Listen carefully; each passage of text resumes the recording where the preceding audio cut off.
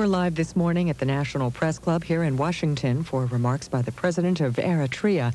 This morning, he'll discuss the conflict between his country and Ethiopia and the prospect for peace. The event should begin momentarily.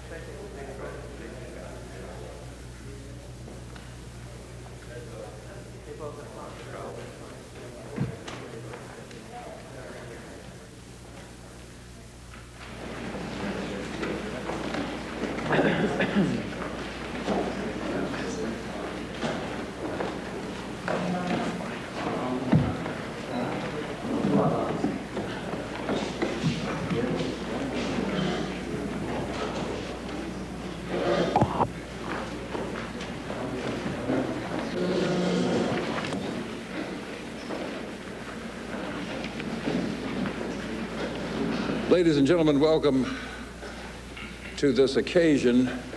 My name is Julian Bond. I am chairman of the board of the National Association for the Advancement of Colored People, and it is my great pleasure to serve as introducer of the president and facilitator of this press conference. We want to ask, before things begin, explain very quickly the procedures we will follow. The president will make a brief statement, and then we'll take questions from members of the media. We hope to restrict questions from members of the media solely, and hope as you ask your questions you will identify yourselves, who you are, and what media outlet you represent. It is generally an easy task to introduce presidents. In this country, one simply says, "Ladies and gentlemen, the President of the United States." This president requires a longer introduction because he has such an impressive list of credentials before him.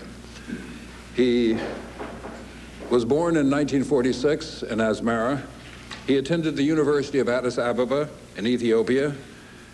From 1966 to 1968, he was a combatant in what was Africa's longest war.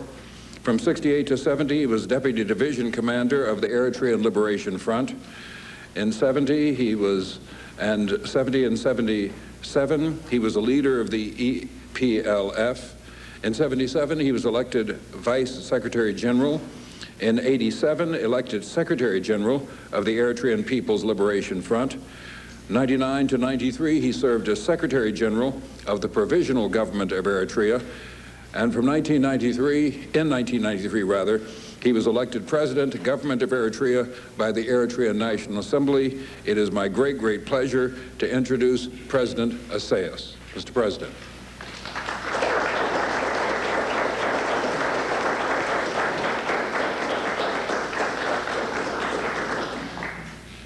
Thank you.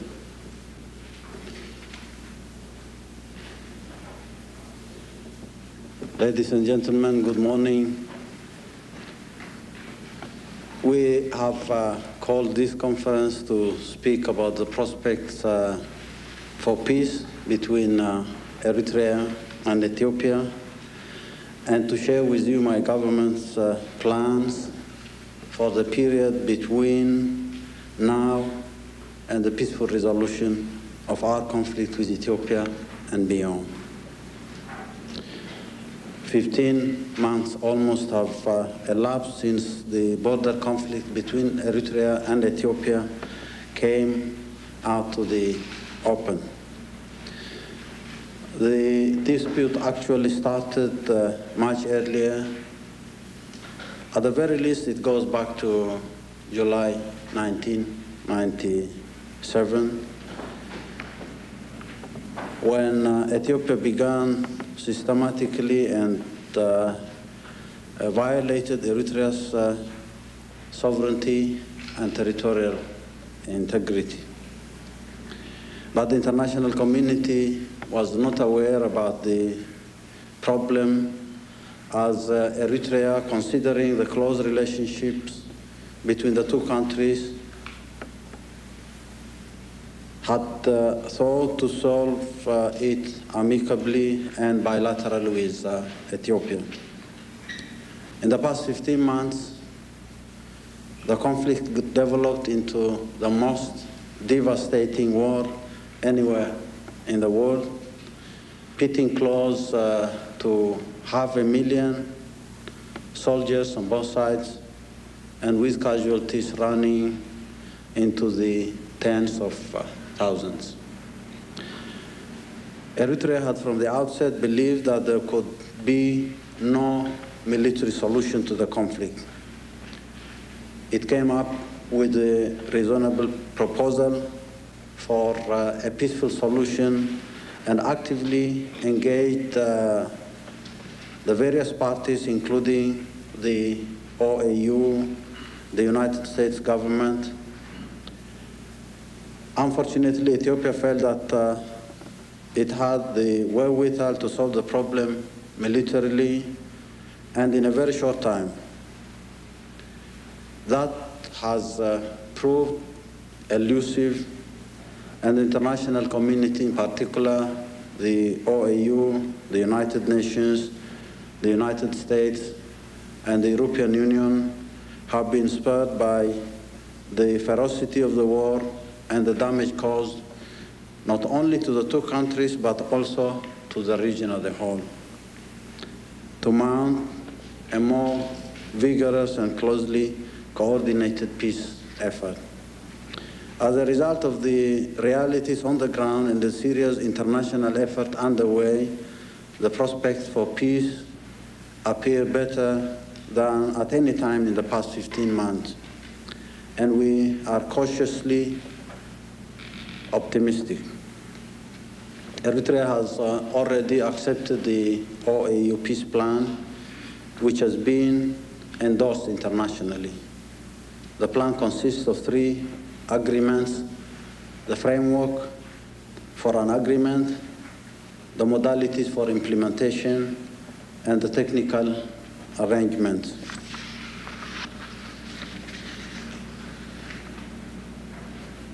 I think I will jump to the final point. The positive developments in the Horn of Africa had contributed to a constructive engagement by the United States with Africa.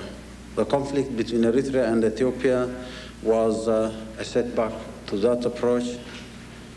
In working indefatigably for peace with Ethiopia, Eritrea is determined to make its contribution, not only to the realization of the African objective of making the year 2000 the year of peace in Africa, but also in keeping alive U.S. interests in and constructive engagement with Africa. Thank you.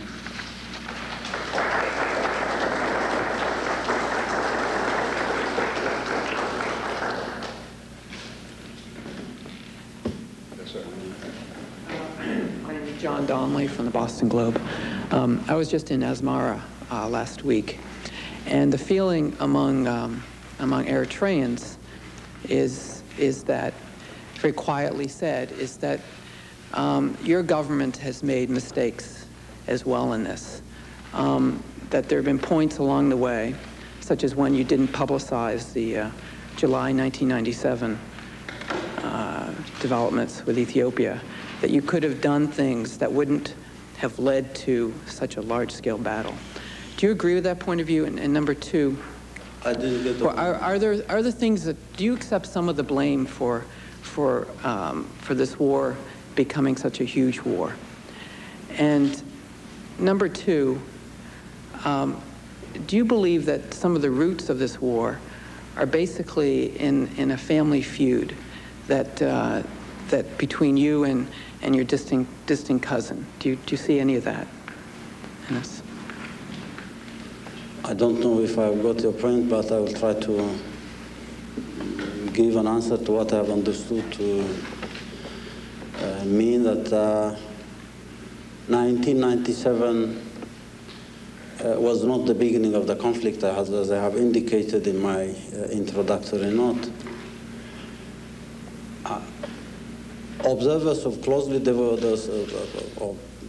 follow developments in the region would clearly see that 1997 was probably the time when the government of Ethiopia, or at least the administrative region of Tigray, officially announced a new border, or it came up with a document outlining the borders of that particular region. And according to the statement, the official statement, which was published in newspapers everywhere in the country, it took more than 3 years to prepare that map, meaning that the drawing of the map started in 1995, at least.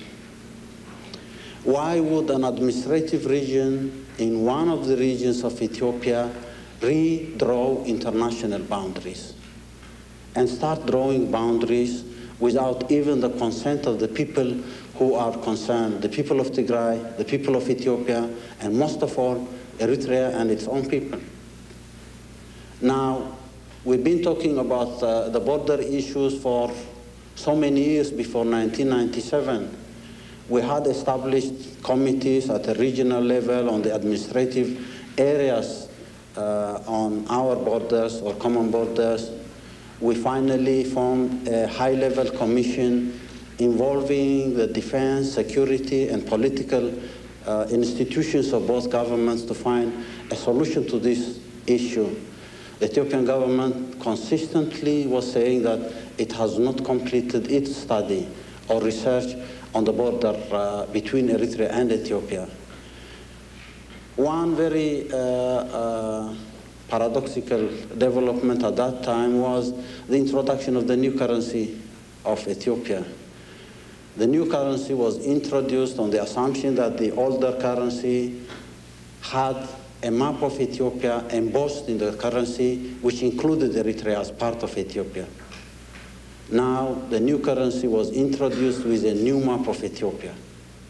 The new map of Ethiopia does not incorporate the new administrative map of the Tigray region, which was done since 1995 up until 1997. There was a clear contradiction on the approach of dealing with the border issue. There was no conclusive position made by the Ethiopian government when we had a number of committees working together to bilaterally and amicably find a solution to the problem. 1997 was a time when there were incursions, organized incursions of regular troops crossing the border, dismantling administration, and posting their own administrations. That triggered the problem. We did not overreact. We didn't react at all. My first reaction was to write a letter to the Prime Minister asking him to use his wisdom to refrain from using force to solve problems.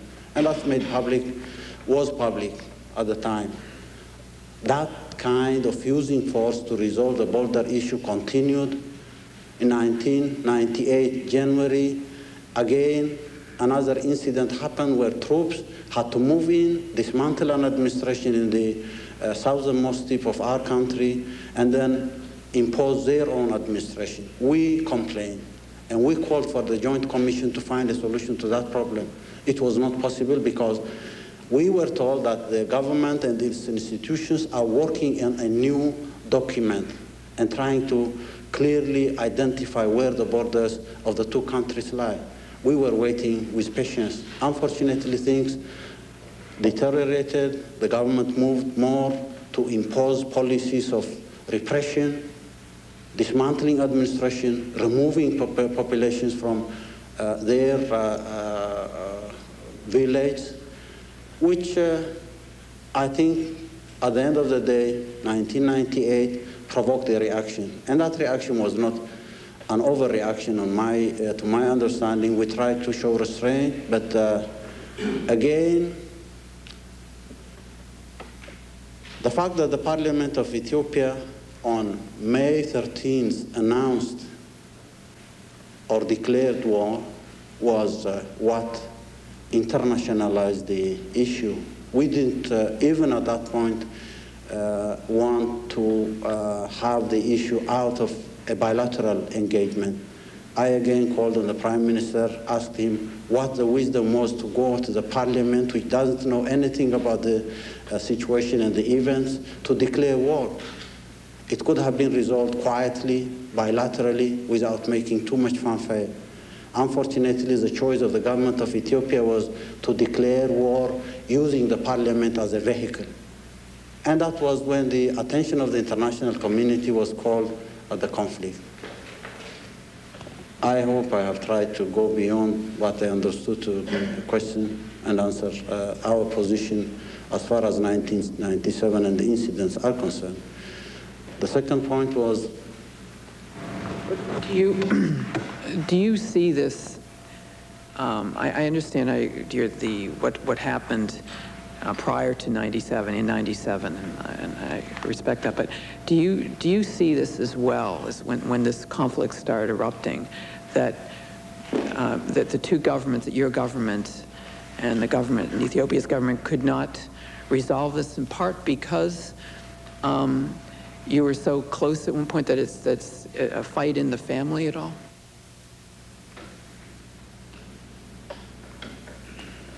I don't know if I have an answer to that, but again, I have tried to give an explanation of the events prior to 1997 and after 1997. How that was influenced by the intimate relationship we had, I don't know. Gregory Copley from Defence and Foreign Affairs Daily. Now that the accords seem to be in the offing, will Eritrea stop funding and supporting the Oromo Liberation Front and the EPRP and other internal Ethiopian groups?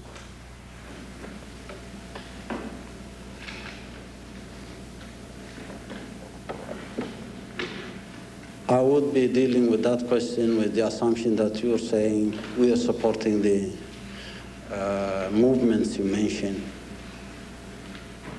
We're not supporting them.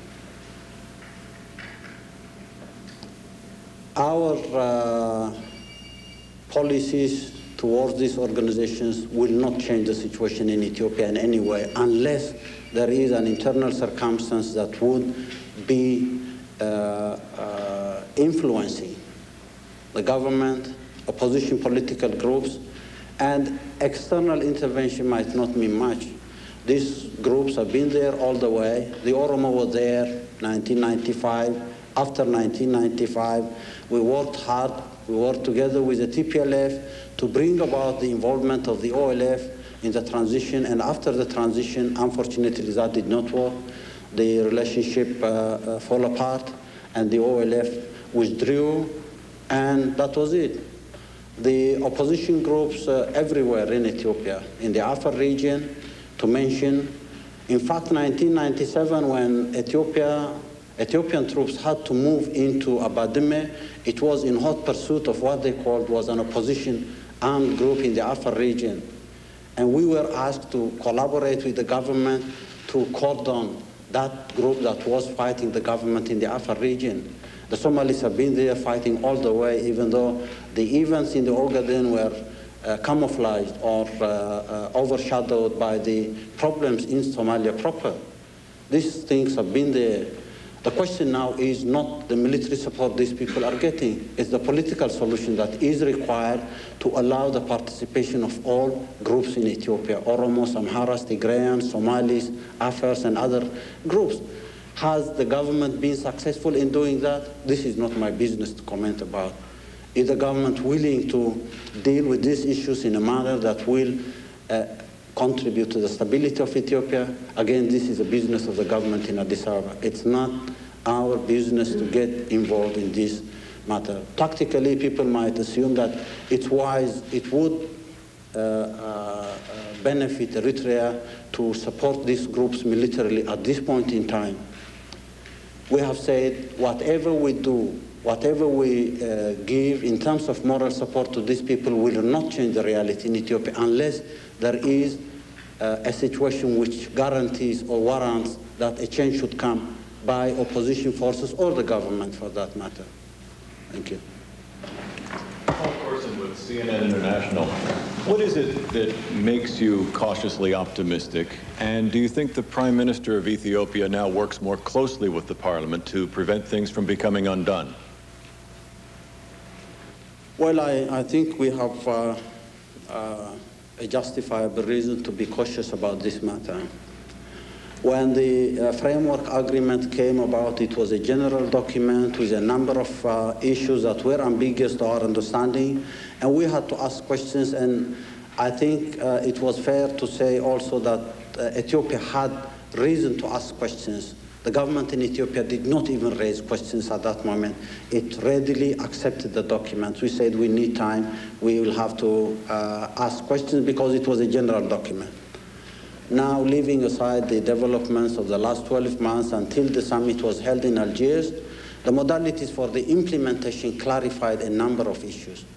And we felt it was logical to accept the modalities.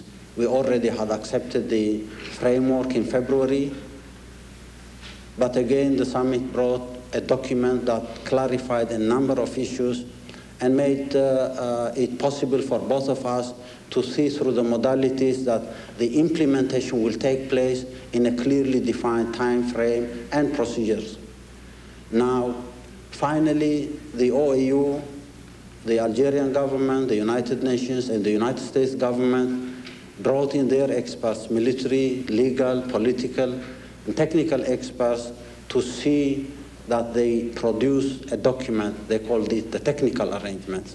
The technical arrangements document has not left any stone unturned, to my understanding. It talks in detail. It's a very clear document. It wouldn't give Eritrea or Ethiopia any room for maneuver. The first minute I was handed over the document, it took me about 10 minutes to read the document, and I said, well, this is almost a perfect document, and there is no room for maneuvering, asking questions or demanding clarifications on any issue put in that document. I refrained from saying I accept the document because politically or as a matter of courtesy, I will have to say I will study the document with my experts and come back to you with an answer. I had to take time and go sleep for about 2 hours and come back again to tell the delegation that we officially have accepted the document. There was no reason to delay.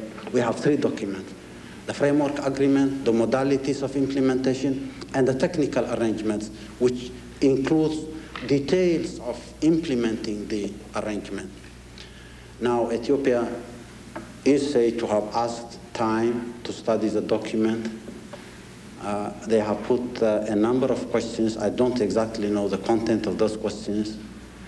They still have not come up clear on their acceptance of this technical document. And that warrants a cautious optimism, in my opinion.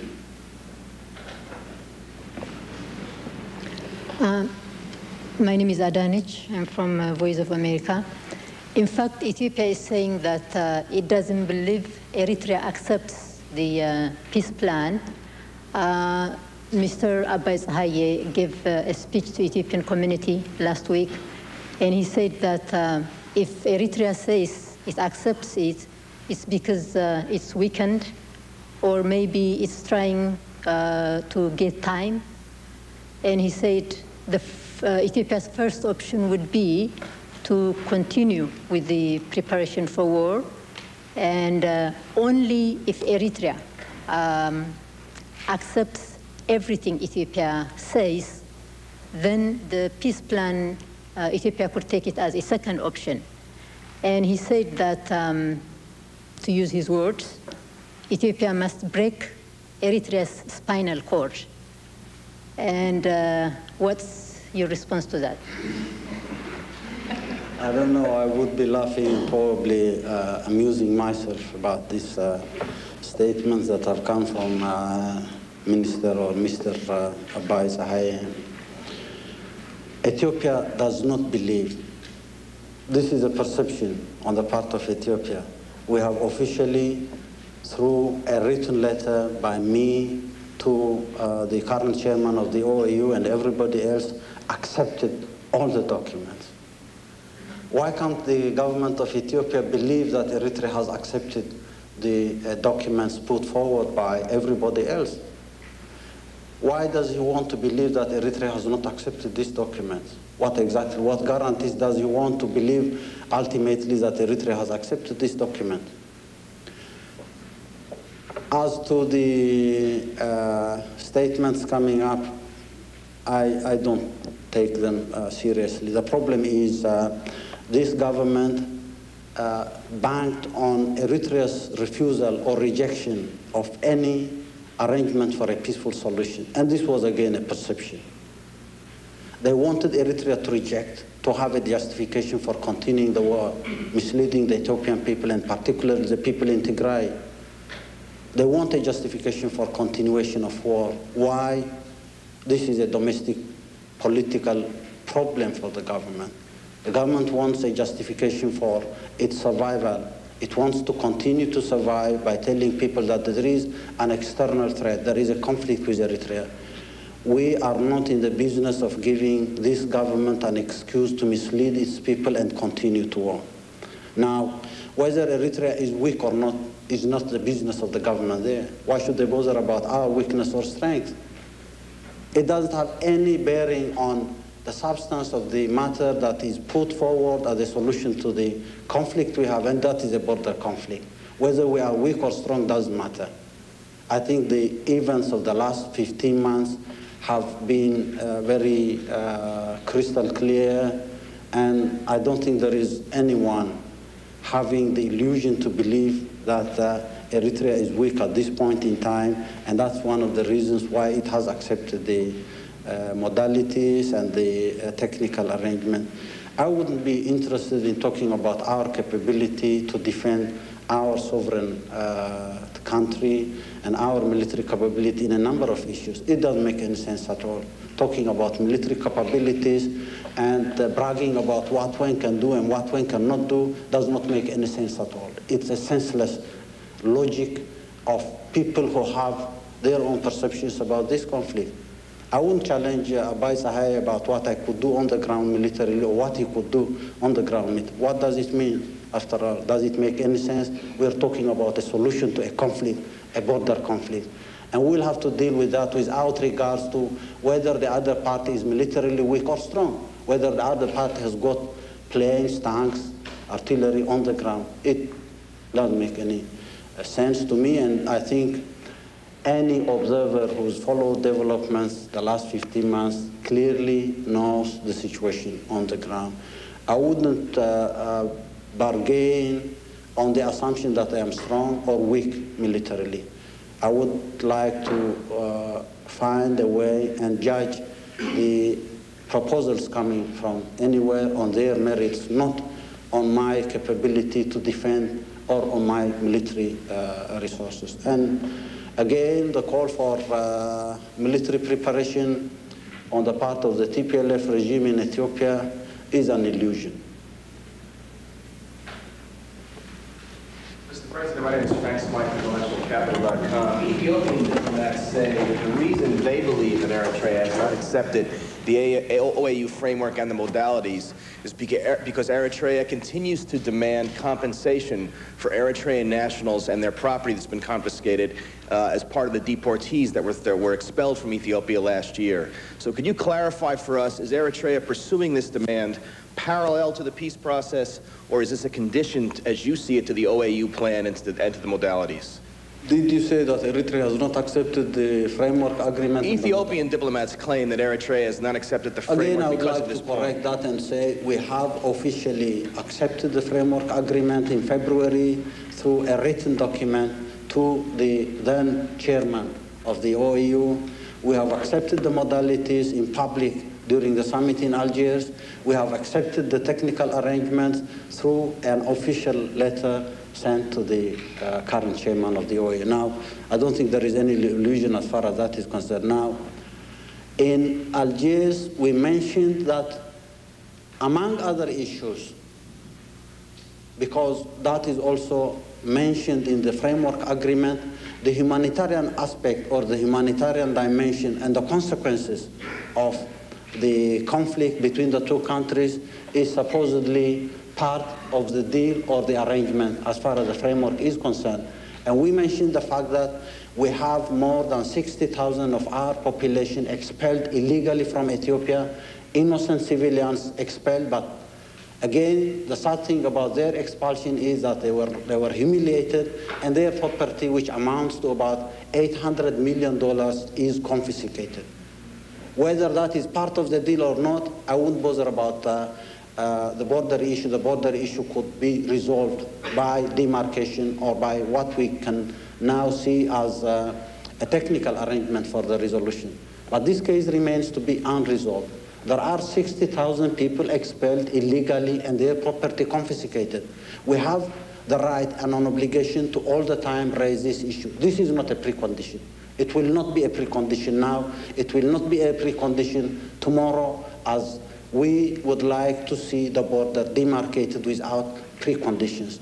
But again, we will raise this matter as a matter of human rights, a matter of right for every citizen living in Ethiopia to have his property and family and livelihood protected. When this conflict is resolved by delimitation or demarcation, we will be asking the question again. We have to defend our citizens. We have to ask for the compensation of the money and the assets confiscated by this government. We have to ask for their human rights, their humiliation, the separation of families, the imprisonment and detention of family members, the dismemberment of communities will have to be raised, and we will continue to raise this matter, not as a precondition, but as a basic humanitarian issue and an issue of human rights. Good afternoon, Voice of America. You both claim to have accepted the peace plan in principle, but it appears that both countries are still engaging in a propaganda war. You've just told, laid out some, points, accusations against Ethiopia. If we go back last week, the ICRC claimed that Ethiopia had allowed them access to Eritrean prisoners of war, but Eritrea hasn't returned that courtesy. So it seems there's a dissonance between what you're claiming and what you're actually doing. I think that there is a way of understanding the situation. You would like to understand it that both parties have not accepted, both parties have done this and that, both parties are doing this and that. I mean, you have to be fair in your judgment for your own integrity, for your own credibility, to say that this is black and this is white, this is right and that is wrong. Now, there is no reason why one should mix the issue of the ICRC with the present conflict. I don't see any reason.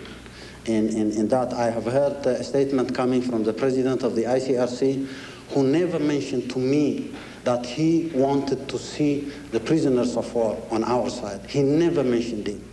He went to Addis and a statement came from the ICRC saying that the president was allowed to see prisoners of war, not all of them, in Ethiopia, Eritrean prisoners of war, but was not allowed to see Ethiopian prisoners of war. I met him early in the morning. I was asked to fly and travel for miles to see him at about 9 o'clock in the morning. He never mentioned to me anything about prisoners of war. But again, that has not it has no bearing on the issue at stake, the conflict between Eritrea and Ethiopia. We should bring about issues that have no relevance to the main issue and try to confuse people or obscure the real issues from imaginations and unreal issues. If the ICRC has to deal with us and is asking for us to sign the convention, this is not the time to discuss about the convention. It's none of their business to oblige us to talk about the convention. The convention is another matter. I know a number of states who are violating their people's human rights, violating international law by mistreating prisoners of war. We have the best and the most excellent track record as far as prisoners of war are concerned. We have released a number of prisoners early as a sign of good gesture to the Ethiopian government. No prisoner of war from our army has been released on the part of Ethiopia. We have more than 1,500 Eritreans under detention, civilians, students as well. No one has talked about this matter. Whenever you point a finger at Eritrea or Ethiopia, be fair in your judgment and your assessment about who is accepting and who is not accepting, who is doing right and who is doing wrong. My name is Mawa. I'm from Gafat Ethiopia newspaper organization. My question is, this press has been pressing you and the Ethiopian Prime Minister Meles Zenawi that you are the most high IQ leaders of Africa, and you are going to bring peace to Africa. You are the light of Africa, and we have been hearing this in this room and elsewhere. But the war that has, in Mengistu's time, we said Mengistu was a monster. He brought us war, bloodshed, and we cried for freedom and peace for Africa, for Ethiopia. And when you two came, I mean, to power, we were expecting peace and stability and unity, not even for Ethiopia, for the whole of Africa. But what comes now is war, bloodshed, disappearance, detentions, and it is not the wish of the Eritrean people and the Ethiopian people. It is a wish, the conflict of the two leaders. It's not the wish of the two nations. It is the wish of two. When the leaders are in conflict, we push the people to go to war. Nobody has asked Ethiopian people, do they wish to go to war for a piece of land?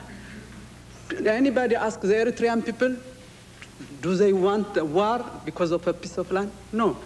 It is our leaders. And we beg you two leaders to stop this war. We don't want war, we want peace, we want unity, not only for Ethiopia, Eritrea, but it is for the whole of Africa. We have to be united. How many years and how many centuries can we go for war? And I think both of you have shown us not what we expected. It has to change. We can't go like this. It's a disaster. I have no comment. No problem. I have said enough to not deal with this matter. Mr. President, my name is Talal Haj from Al Jazeera satellite channel in Qatar. What are the prospects of you two meeting, two leaders of Ethiopia and Eritrea, and working out your conflicts? My second question about the port of Assab. The original agreement to stipulate for free access for the Ethiopian. Now, Ethiopians are also accusing you of reneging on this. What's the prospect of allowing them free access through the new agreement? Thank you. On the first question, I think I won't dwell on details, but I can assure you that at the height of the conflict in mid-1998, May, after even the Ethiopian parliament declared war, we were talking over the telephone with the Prime Minister, we were exchanging faxes. Suddenly, that was interrupted. The Prime Minister did not want to talk to me when he said he didn't want to see the color of the eyes of, or he doesn't like the color of the eyes of Eritreans. That was his statement. Again, now, if there is an opportunity for any meeting, I wouldn't be shying from any meeting. Why should I? I have no reason, I have no problem. If I have a case to make, I would meet not only the Prime Minister or any official. We have made our position clear on a number of occasions that at any level, when there is a meeting desired or organized, we would be there. We're not trying to make a PR point on this matter. If it's useful in bringing about a solution to this problem, if it can bring about the normal relationship to the right track, we don't have any problem as far as meetings. Face to face, I'm not scared to see the Prime Minister in the eye. I don't have any problem there. The second question is, Assab was a free port. Massawa was a free port to Ethiopia. This was declared early 1991. We believe these ports should be free, not only for Ethiopia, for everybody else who wants to use them. That's our policy. It's not a problem of conflict. It wouldn't be a cause of any conflict. Any sensible person who believes that there is a country landlocked and one has gotten access to the sea, why shouldn't the complementarity of the interests of both countries demand or dictate the free use of these ports?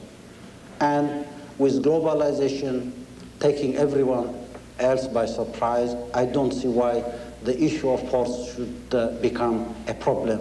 It's never been a problem since 1991. It's not a problem now. It wouldn't be any problem in the future. It was the Ethiopian government which boycotted our ports and shifted to Djibouti. We said it's their choice. They boycotted our airports and cut any ties between the two countries. It was not our choice, but it was dictated upon us and we had to accept it. They closed the borders earlier, 1997, with the assumption that trade liberalization between the two countries is not to the benefit of Ethiopia. Despite the fact that we disagreed, we accepted this conditionality. When they were putting police and militias across the border to control trade between the two countries, we were against the idea of controlling trade between the two countries. If a time comes when we have to open these borders and liberalize trade between the two countries, open the ports, airports for Ethiopia, the same thing for us, we wouldn't be losers. Neither would the Ethiopian people be losers in this circumstance. And we know what we are doing, we know where we are going, and we would be sensible enough to say that these ports don't have any meaning as far as Eritrea allowing Ethiopia is concerned. It would serve the long-term purpose of economic integration in the area. It would bring the two peoples together and closer. That's our conviction, and we will continue to work on that, even though we now are in a situation of conflict, and probably the situation of conflict is giving the impression that this is a conflict to stay for so many generations to come. I don't think that's going to be true. Can I follow up on that woman's question? I'd like to again press you on that. Would you comment on her statement? Because the first thing on the lips of everyone in Washington who follows this is the same. Let me just finish. Is the same. I didn't want to embarrass her by saying that, again, both leaders have caused this conflict. I think she's an Ethiopian. She knows better how this conflict has come about. Who triggered the conflict? We had and we still have the right to defend ourselves. Any action on our part has been in self-defense. We have not declared war. We have not gone to the parliament to declare war. We have not tried to change and redraw the borders that were there because of colonial arrangements. We were not even consulted. Our people were not consulted when these arrangements were made. And the OAU accepts the colonial boundaries as sacrosanct. We accept these borders. Changing the borders is a problem. Eritrea did not redraw borders, never. Ethiopia, or the government in Ethiopia, and not even the Ethiopian population. A small group pretending to represent the people of Tigray began redrawing borders. And the point should be, the finger should be pointed at these people. They declared war. They went to the parliament to declare war. We did not declare war. And again, the finger should be pointed at these people. They have gone beyond limits And there were a number of incursions that could be proved by independent investigation. The use of force was continually used by the other side. We had to defend ourselves. In fact, we did not react as I was trying to explain earlier. So I think I felt maybe I have answered the question. I need not go and embarrass my sister saying that you're not being fair in your judgment. You have to call a spade a spade. And it's not a question of leaders fighting each other without consulting their people. The government in Ethiopia tells us that it went to the parliament when it declared war. And the parliament is supposed to be representative of the people of Ethiopia. And when we decided to defend ourselves, we had to go to the parliament and say, this war is a senseless war, and we need to act in self-defense only. And we've been acting in self-defense, so there is no reason why one should slice a finger and try to make it look as if it's pointing at two people at the same time. I think, though, can I just follow up? I think at the heart, I'm sorry, do you mind? I think at the heart of her question is that there, that both yourself and Prime Minister Meles were such lights of Africa, and whether you feel that you bear some responsibility for what has happened. Whether it's good or bad, we bear responsibility, there is no question about that. But ultimately, we'll have to share responsibilities by assuming those responsibilities on the credentials of our action on the ground. This is Michi Yamada with Reuters. Is this your first trip to the United States? And could you describe who you're going to see in Washington and what's your expectation from this trip in the United States?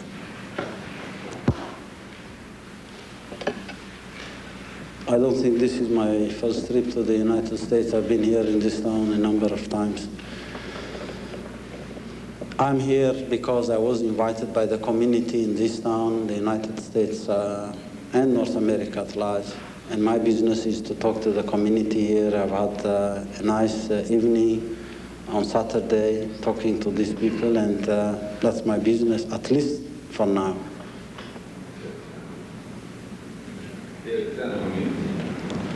You said community, so I think very time so that You're not meeting with U.S. officials?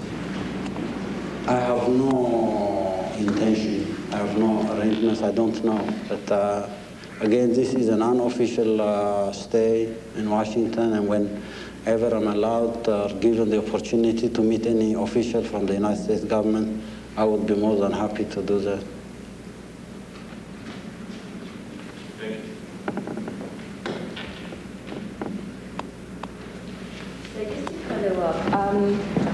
The Horn of Africa has been embroiled in conflict. Both Eritrea and Ethiopia received quite a bit of food and donor aid. Last week, Mr. Annan made an appeal for more donor money to come into these areas. Now, I would just like to pursue the question of responsibility. Where does this lie, considering that this war, this conflict, has gone on for 15 months, and neither country can afford to have such a war or, reserve the right to defend themselves? It just seems futile when people are dying from disease, lack of food and sanitary water. It just seems like misplaced priorities. It's good talking like that here in Washington, but the reality is the reality. I'm not pretending to be aloof and not see the reality that is there. You're bitter about the situation, and bitter about the situation. Everybody else is bitter about the situation we have, not only in the Horn of Africa, but all over the continent. How are we going to find a solution to these problems? Why are we going into conflict? Why are we squandering resources when we have some other business to do? Why and why and why? A number of questions could be raised. I have been asking these questions myself. A number of our citizens have been asking this question. We have tried to look beyond the conflict and look into other businesses which are the responsibilities we have towards our own populations. I agree with you, to say the least, that we are not in need of fighting a war now. Why this war has come about is another issue, and you will have to do your own independent investigation to find out why this conflict came about. That's a separate matter. But was this a necessity? Did we need to go into war between Eritrea and Ethiopia when we could have worked together to solve other problems and solve our problems before anything else? Was there a necessity for this war? I say this was a senseless war. It was not justified by any standard, but it was there and we had to face it. Whether the question is, do we like the war or do we like what has happened or what is happening? No, we don't like it. That's why we're looking for a peaceful settlement to this conflict. There are other problems, hunger, famine, disease. Pretensions will not solve the problem, in my opinion. We need to face the reality and find a solution for every problem we see all over the continent. On that note, thank you, Mr. President. Thank you all for coming. We much appreciate it. Thank you.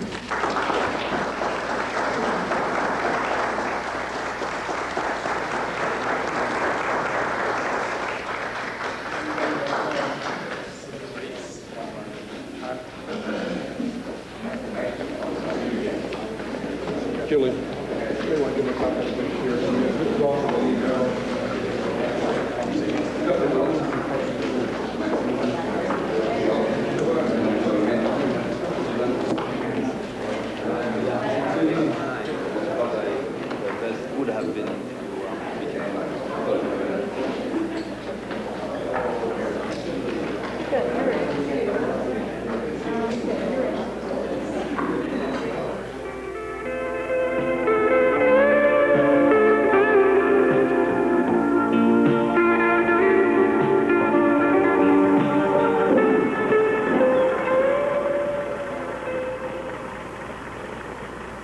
لومي أقولاتات إرترا سيترف أبكوساتات ونزهرم زناب يوحد زرقح يتسببن زي تأمامن ناخونن يغيدالو كمزو سلوزخونا خاء كاب زناب راح تسبيخة كايدو حرشا ونطفت وحسنت يبولون نزي شجرزخ فتحو خابزخو لوميلاتات حديد ما متك أمسنا وحرشايو علي قدر إلى برعد سمينا وبحرن علان كالأوت بوتاتاتن مسنا وحرشا زكايدالوم سفاحتنا حرشا بوتاتاتيوم أبز حجي وعندما حدثتن بولك أسبات زونونون مزوم سفاحت حرشاتات هجرنا هاد قصو زغلو مسنا أو حرشاتاتيك ألاغولو لو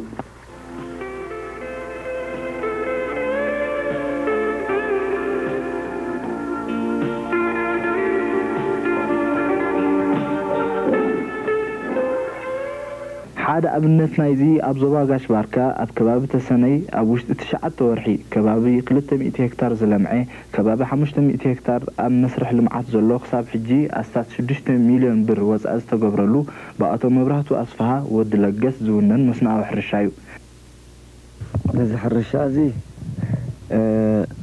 قدم أبز خباب خلق استوعلو اللنيرة مالتي حجي خاا قزيو خينو سلام نور حوان رخيبنا جميرة مالتي بزمل كعزها بتجمرنا بقنا خيدا لنا سكع حجي استريو لها دور تسلمي نيرو تعويتنا لها اخ بالخليه نو خنجمره خلانا بتفلما دار قافرحنا نيرو جن نتمدبات سرعينا بتسرعنا كمان بتجمرنا سكع حجي كم إلنا نغسل علينا مجمرتا قد تقدميت غيرنا دحريو خامد دبناها عاد صرغو دحريو دحرشا دحريو بيانو زغورا دحريو سلكون لا غبرا دزري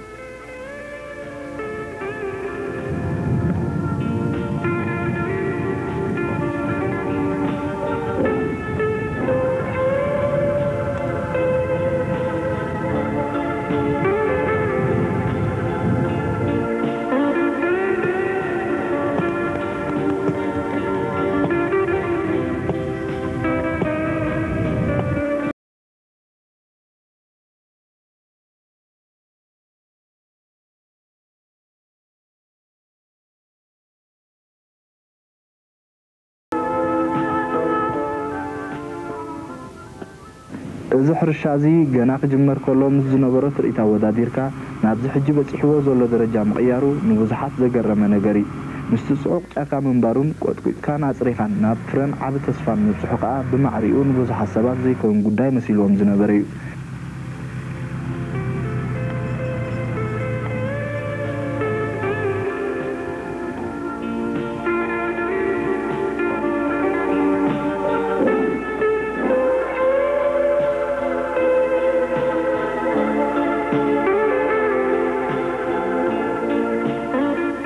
انتو تحقنا يتسرح سعيرو زحرشا زي أبز حجي إوان أبصبو كنتاتي ركبالو أبتزعبي يخفالنا يزلم يعزلو خباب 200 هكتار زخون مريد دما ببزحيط وتنفلون يتزر يزلو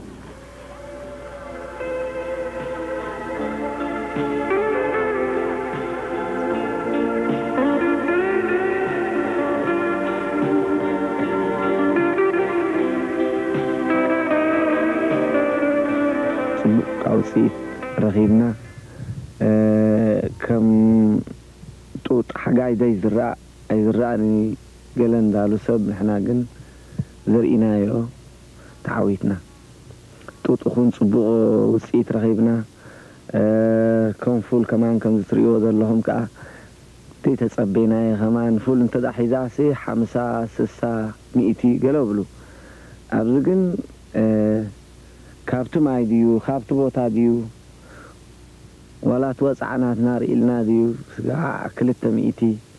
350 كم زحيز اللد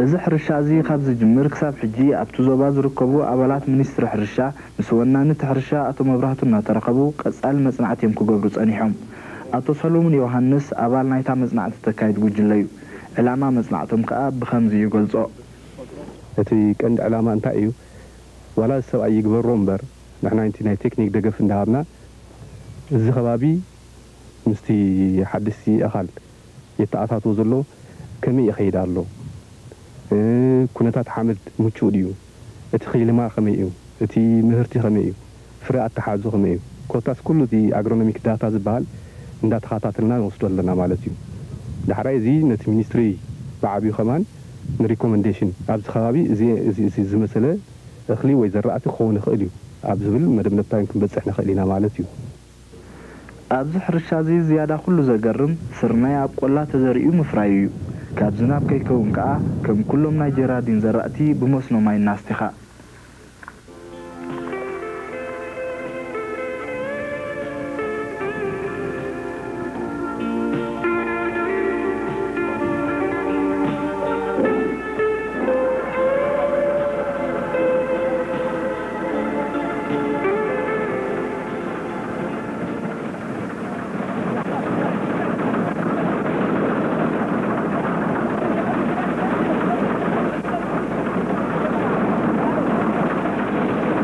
سرناي مجمرة درجة أبز خبابي سقاو عنز فلتو مالتي أي تفتنن ولا قرب ناي تاريخ باك جراوند حدا فتش كمان كم زرخوا أي تفتشن أبز عدي أبز خبابي مالتي بزخونا جن أمسيو الزري أو زرلو ناي باني سرناي زي تريتيكم ساتي فم نقولو عينتيو كنتاتو ترى أنا كمان بمعبل درجات تحازيو تي عجبا بسرعة تي إيريجيشن سيستمو تي فريكوينسي نا إيريجيشن ما يوهبا كل خري أخلنا طعم معبولي نيرو حجون درو تعاصيدو له أب أتوتاو النت كمان جمجام وسيدنا له تي بحد نايمرمر طابيا ويدما بحد معبول حرستاي درجات زكاير عينت نطفات حرشا دارجا خندو بلصح له إنا نبل كاب 35 سغا 4 كونتال بهكتار ترخيو له ازي قدامي ابز بوتا زي تفتنه كالاي بسرناي سي خوني الكا زي تحاسبو نجر موت اتوتاونت كتري خلها دما مستي كال بوتاتات زغبر بزح غزي تفتنلو بوتا بزح غزي سرناي زبقلو بوتا مو بمرمر درجان وي معبل اغاب درجه كايدلو بوتا زهبو عينت وصيت ابز خركم خالو نغزا رسو عبد خستايو نحنا نفتنا لنا كاب جمرنا سي كاب حدا زرع حسكاس كل ساعه نحنت زرع تحلو تفعل كنزري بتفعل على خاخن كسب كنعوت بتناي قدم انتزع بتناي طليان بنانا منذرين قال يزرني رسخه ربحاتات نهزو يكونين ربحاتات ني دقع داغاز رخبلي نحنا كن تشجرنا بوتا لقاس كلنا نحنا سرناي دارجا اب كبسا طرح يلمود اب كبسا كبسا تنفلطونا اب عداغا ورد ايكلني ابزناي باسوبيانو غنا بزغفح مريت سرناي انت دا ترخيبوس نتهاجر عبو صيت الله نحنا وين تافتينا خالوت حواتنا انا زمسلو نزر يوم كزور يوم لنا فتينا فولت راح تطونا يبلنا سقم فتينا سقم كمان سوق لنا ناب كناله ناب قلمده باي قبرنا له نبرتزع على كمان سقم فرو يامسيو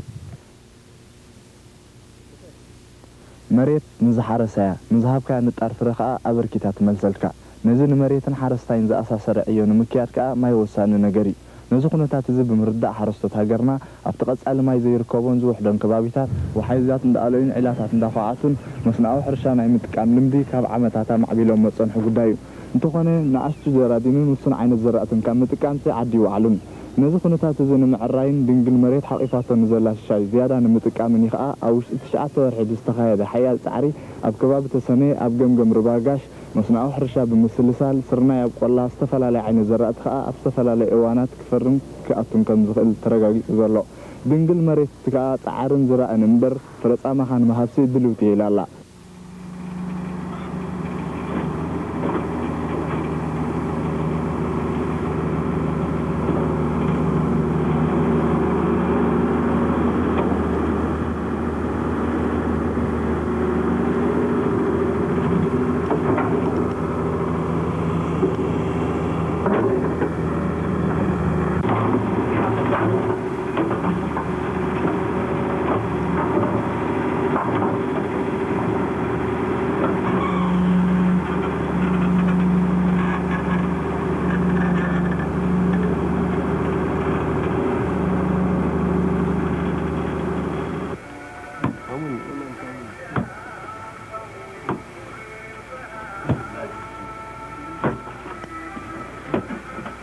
خير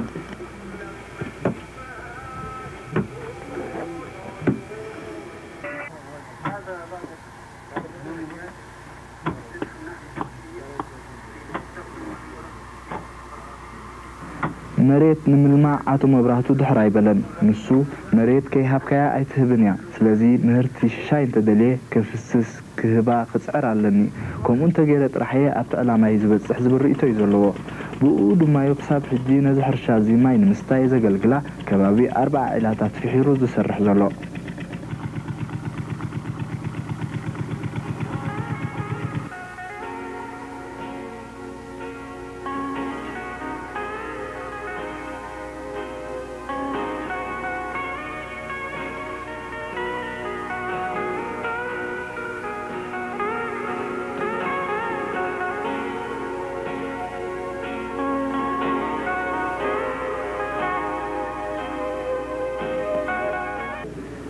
ابز دحراي زلمع زلو خفالنا يزحرشا خا لك خنتنا يفلما نتزنا برقط قاطنا اشتو اغرابن بملاين نت مريت بممعراين اتناي مزرع مسرح بفولم كوميدرن جمير ولو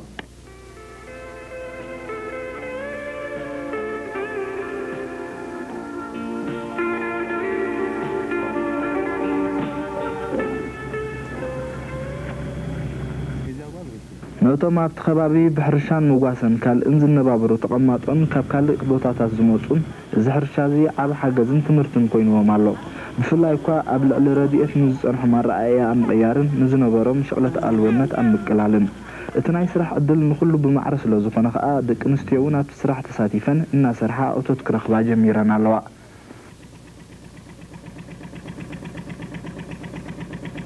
من ريم لمتي من القلوب لمتي من أكار ريم متي سر متي شقة ما شاء الله ما تعرفون السوى قيس ويسر لمتي كله راس هلا ودعتناته بقلات بس يقول كله ناته مسكينة يشديب وسكينة يشديب سب كابروح كابكربا أبزمتي يسرح بتصرح دماغ فليتي وسد يتطمن كلنا زجر وزلو حرشة من نبابر كلنا قوين له مهنياتو بزيكات سرح زرعت نطوطن كنركب كيلنا لنا سلازي نسرح نبلع نساتينا زلنا مدة قرون بادام دعنا وتحت قدام نشقل عنا دندان نشقلنا براتولان دم بلعنا تحت قدام يوم أورا مواطن وضعد إريتري حر دي بردنا ندحر ساقنا وانتاج كم سريد ندولا تفينا تراي زي كنا سوينا نسرح نيرنا تحت دنادين براتولون حجينا مسحادنا هاجراوي ودعدنا إيرتران نسرحنا كم زجرنا خنا في الرمقالنا عبت أسفاز هبيو بزقاء عكن حماق نجر كبر رقيبنا نفري نسرح نبلعن زيادة أسفا نركبنا لنا بدير حقوم من السودان مطعنا دي بالمدر شواري دي من أنقوقارنا بعطالات وكان إقاسة تقلا الصبح دي كان إقاستنا طبحنا نبرأي مطعت إلا نبرأي مطعتنا إقاسة برعنا لكن أدم كاب سودان نبز مريتنا مستملسنا أبتردي إتزعدو لوطا نقهون ناخدنا أبونا رفد قلم مقبرة دي إتايمت أن النابلنا خاء نحتت نيرنا حجيقن تمزقن أملاخ زحر الشازق هابز جمر زردي إتن كالق متقباين زبل نقر كابرئسنا وطيو مريتنا خاء ششاين ورك المليئة خمزلا بزحر الشاز تردينا سلازي دهر حجي نحنا نافناخ نحرسينا مو ردي إتاين الدلي حاجز اتششاي ناي مريتنا بعلنا خنوطينا ዝለዓለ ክፋል ቁጠባና ኣብ ሕርሻ ከም ዝምርኮስ ብተደጋጋሚ ዝንገር ጉዳይ እዩ ከምኡ ስለ ዝኾነ ድማ ኣብዚ ክፋል እዚ ዝግበር ወፍሪ ኣገዳስነቱ ቀሊል ኣይኮነን ዝያዳ ኩሉ ኣብቲ ብመግቢ ርእስና ንምኽኣል ነካይዶ ቃልሲ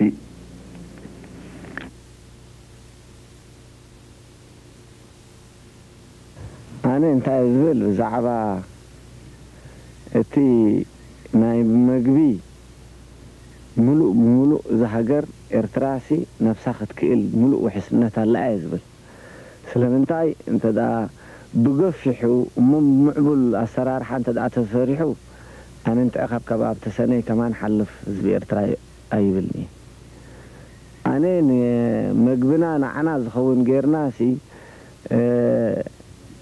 ولا نحد عمتني محلوتاي لنا غميت ناسي أنا دحر 3-4 عمسي بعقمنا مسجين عبيت داها أبعداقاخ نغرب عين خلنينا خبل خلن بعقمنا أنا بزوب ملؤو قاش بركان تدا تذريئو نفسنا خلنا ناي حدا عمس سنك قميتنا دحرين عداقاخ نغرب ملؤ تصفى لني حقاي دري فقر من أرد أكبر معجزات الحمد لله نوس الله دري يا من لنا حقاي قمح لها تقدام حقاي أنا قطن لها زراعتكم سليل حقاي وكل الآتة أب حقاين قلان سرنا يزفرن توت بحقاي زقتنسب رئينا سمعنا ناين فلتن جنز مريت زي ششاين برغة تنزلوس لزخونة نقول تساماميعو اتأزيو زقرن جننا يسرنا يو أب حقاين قلان سب سرنا يزرقنيو نحنا نفلتسي أب حقاين خرنت تدالو سلازي حساب ودلقز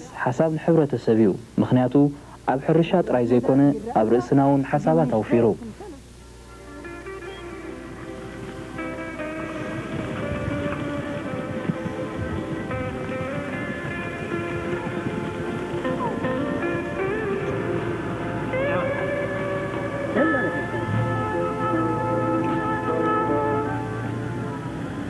نتي أبز حرشة زولو صحياين سعرن حسرن كم كال أي مهرتي باي برودكت زيادة هتقاملو منتي أتو مبراتو أباقي عنا جزء أبو خسب حنن كفاريانن جميرو له بزي كازي 8 عفو زغنو نهبتات أمولو تحرشة بمزرقح كل مداياو سعري أم كياد يركب إذو تازي قولايو نقصن ماي زي بلون كأي مسل انتو خانة مريت أوشتو كلها بتحيز له تراح مبوم قريزو دليو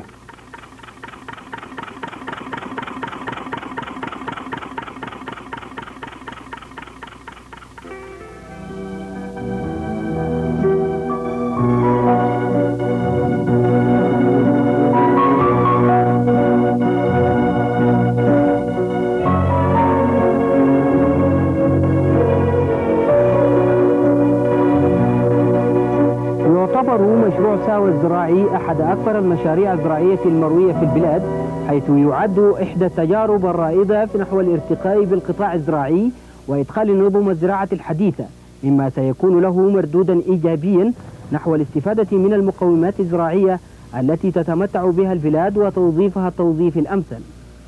ورغم قلة الفترة الزمنية التي بدأ فيها المشروع، إلا أنه استطاع أن ينتقل إلى مرحلة الإنتاج والاستعداد نحو التصدير خلال 6 أشهر من بدء العمل فيه، حيث بدأ في تصدير مختلف أنواع الخضروات إلى الأسواق الأوروبية.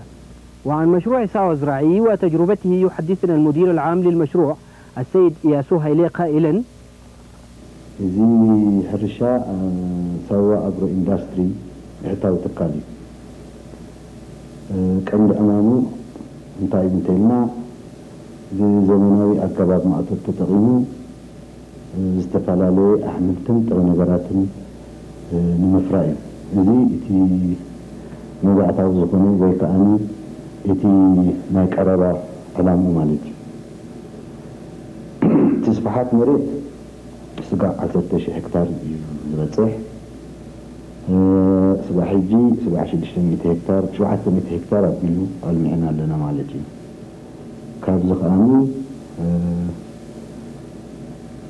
سبع 300 400 هكتار زبطح استفاد عليه أحمل تنترى نقراتن زرينا لنا كان جرين بينز البحال فاجوليو أسبراغوز البحال كأني ديليكاسي فود مزحته وصعتن يتابع تقومليو استفاد عليه عينت كومدري ميلون تبرون زوت عينت وبربري زعما سوليو بلان جلنا زي يسرح كم جمهور درجة شدش ورحي جرو أبدا شدش ورحي تيجد اللي استعتمنا لنا أبدا في الرياض بتحنا إكسبورت نقدر تقربنا لنا مالك.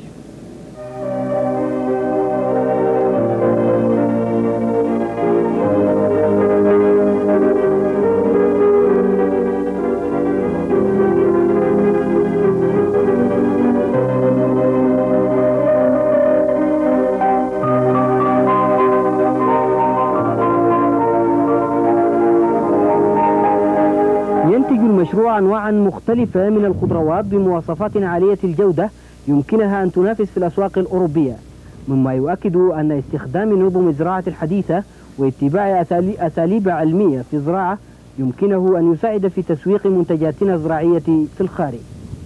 ويعتبر الطماطم أكبر محصول ينتجه المشروع، حيث خصصت مساحة 1500 هكتار لزراعته.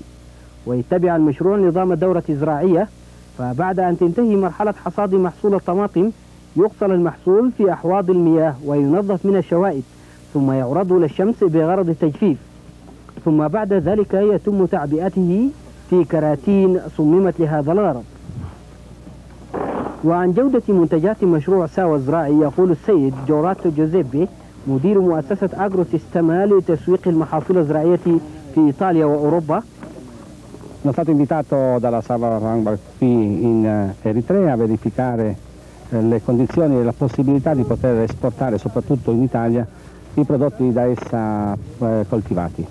Sinceramente devo dire che non mi aspettavo simile risultato di organizzazione, un simile risultato di investimenti e soprattutto di specializzazione nell'ambito della produzione di prodotti ortofrutticoli. Sono molto contento di essere qui per poter provare e verificare se effettivamente tutte le energie, tutti i denari spesi per questa iniziativa riescono a dare un'immagine della Eritrea diversa da quella che probabilmente molti hanno. بدأ المشروع منذ الوهلة الأولى بداية قوية، حيث وضعت الإدارة خططا مدروسة لتنفيذ مراحله المختلفة، وضمت الإدارة نخبة من الكفاءات والخبرات التي مكنت المشروع من النجاح الكبير الذي حققه في زمن قياسي. واتبعت إدارة المشروع نظم الزراعة الحديثة في تنفيذ مختلف مراحله، وكان إدخال نظام الري بالتقطير والري بالرش إحدى الأنظمة المتطورة التي استخدمتها إدارة المشروع بهدف الحفاظ على المياه والاستفادة منها قدر الإمكان. وحول هذا الموضوع يحدثنا السيد بكيل هابتي المدير الإداري للمشروع قائلا: أبعدنا مريت قفح مرت ملئ له شجر قوي هنا خم شجر كونه زرعي زنبرة سبع لومي كم تن كال عدتات عمت ملؤ وحدي رباطات سلازيلو بمسنو ظلم حرشا كهلو خمزي خلي يتحسب نيرو جن ولا قا وحدي ربع انت زي هلا لاي كرس مرت ماي ملؤ يزلو بتلي اب لولاند ابزي متحت مالتي سلازي نحنا بت زبرنا يو لا حد سلبي زي ما سمعتي سوا خبابيون ناي كرسا مرت ناكرس مدري ماي أقول كم زلنا سلسة بنزبنا بذي دريب irrigation system البحر ماي خطب زخل سيستميو ስለዚህ نحن እናተጠቀምና ነቶም ካልኦቱን ተመሳሳሊ ከም ትምህርቲ ከም ሸውሩም ኮይና ንኻልኦት ከገልግል ከም ዝኽእል ኢና ንፅዕር ዘለና وحتى يتم إنتاج محصول بمواصفات عالية الجودة فإنه تتم رعاية المحصول منذ مراحله الأولى حيث يتم إكثار البذور في المشروع ثم يتم زراعتها وطوال مرحلة النمو يتم رعاية المحصول والمحافظة عليه من الآفات والأمراض التي تصيب الزرع ولذلك تتم متابعته بصورة دورية من قبل اختصاصيين يعملون في المشروع. وعن تطور هذا المشروع يقول السيد أليساندرو أوريولي الخبير الزراعي في المشروع: Devo dire che per quanto riguarda la mia esperienza diretta, la situazione progettuale che noi stiamo verificando qui in Eritrea è decisamente interessante. Sia dal punto di vista dell'agroecosistema, cioè della collocazione naturale e ambientale del progetto, sia soprattutto per quanto riguarda le possibilità imprenditoriali dell'azienda. Inoltre c'è un altro fattore molto interessante che in effetti non avevo ancora riscontrato in altri paesi africani, che è il sostegno centrale del governo che obiettivamente ha reso possibile organizzare in modo perfetto sia la parte logistica del prodotto, per parte logistica intendo per esempio l'organizzazione dei trasporti aerei che rappresentano per le produzioni, in questo caso degli ortaggi da consumo fresco, quindi prodotti molto deperibili, rappresentano la chiave del successo non solo economico ma anche tecnico delle coltivazioni.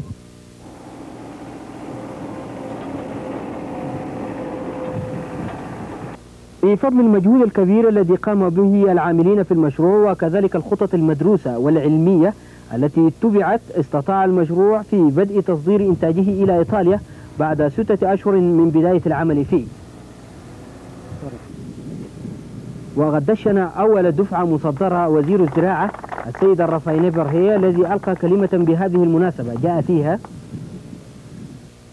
زي نايلوم معالتي نايبهاكي أب حرشة هجرنا تاريخاوي كبهالي كال حبي مغيرويو مهناتو خمتي ماكروبوليسنا زوزو كندي نطفتاتنا حرشة أب سدد زتكوري نطفتات كخون سلزلو سو ابن خرناع سلزخوني مون مجمر يا جزيخا أحملتي ناب إيروبا نسدد سلزلنا بمجمريا نأجرو إندستري نونونتو يخون ناكايتو نخلهم سرحتنياتات يوهانا خبلهم فوتو زي ناي بحقي مبقسي ينبر ناي موداتا ماليتا يكونن إذا مبقس زيقن عبدالدول بايتا رقيسو زبقس زلو سلزخوني بعينت كمحايش بعغنون كسفح أزيو أقداسيو أبتي زلوهم مبوتا كي تحصركم أب كل بوتاتات إفترا بحلفنتهم أب مفراي أحملتن فراتاتن توافيرهم زلو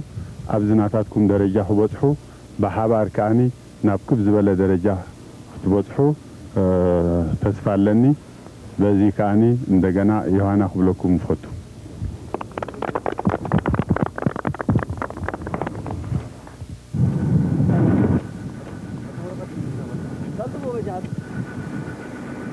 وحتى يصل الإنتاج بصورة سريعة وبحالة طازجة إلى الأسواق الإيطالية، فإن إدارة المشروع استأجرت طائرة شحن خاصة لفترة 3 أشهر تقوم خلالها بنقل الإنتاج إلى إيطاليا بمعدل 45 طن في الرحلة الواحدة. وبهذه التجربة الرائدة يكون مشروع سعوة الزراعي قد دخل بالمجال الزراعي في البلاد إلى مرحلة جديدة يمكن عبرها الاستفادة من العائدات الزراعية في دفع عجلة الاقتصاد الوطني إلى الأمام.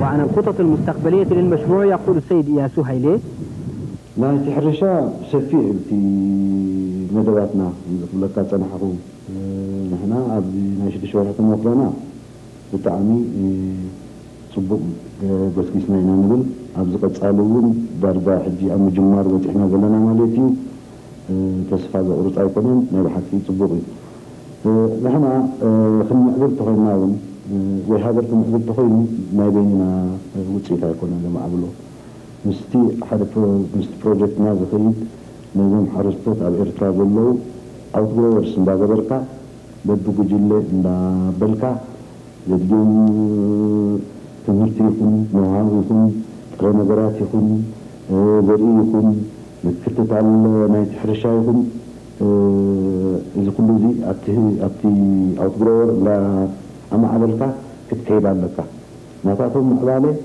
ما تقام مقبالة مالتيو ስለዚህ ነቲ ዕዳጋ ዓለም ኣብ ፍትሕቶም ሕርፈን ካሲ ዝተማልአ ዓይነት ይኹን ወይ ብብዝሒ ከተፍርኽ ክትክእል ኣለካ ስለዚ ሓደ ካብኡ ከም ሓደ ፕሮጀክት ወሲድናዮ ዘለና ንሱ ስለ ዝኾነ ድሮውን ጀሚርናዮ ኣብዚ እዋን እዚ ኣብ ጋሕተላይ ኤሪፋርም ዝበሃሉ በዚ ኣብ ውሕደት ከምኡ በዓላ بزبع المندفرة እንዳጥመርና ኢና ንኸይድ ዘለና በቲ ኣከባቢና እውን የድሊ ሓገዛት እንዳሃብና ንጅምሮ ኣለና ድሮ እውን ዝሓረሱ ምህርቶም ንደገ ንሰደት ክሰደውን ዝተቐረቡሉ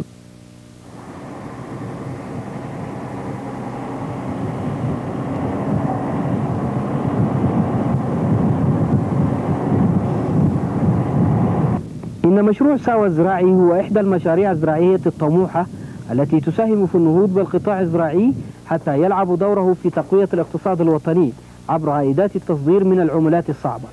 وبما أن السياسة الاقتصادية العامة للدولة تهدف إلى تطوير القطاع الزراعي، فإن هذا المشروع يمثل خطوة رائدة في هذا الاتجاه.